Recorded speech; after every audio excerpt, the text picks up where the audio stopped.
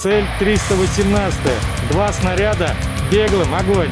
Два снаряда, беглым огонь.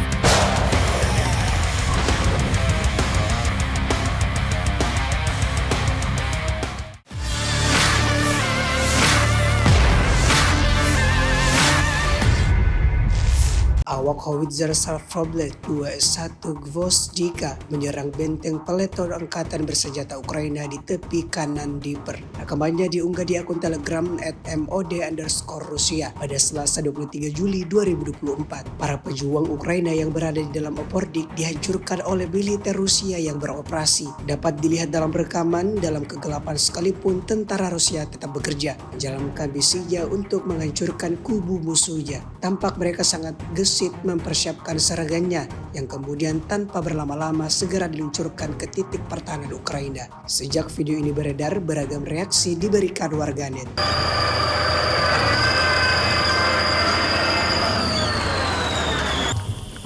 Цель 318. Цель 318. Два снаряда, беглым огонь. Два снаряда, беглым огонь.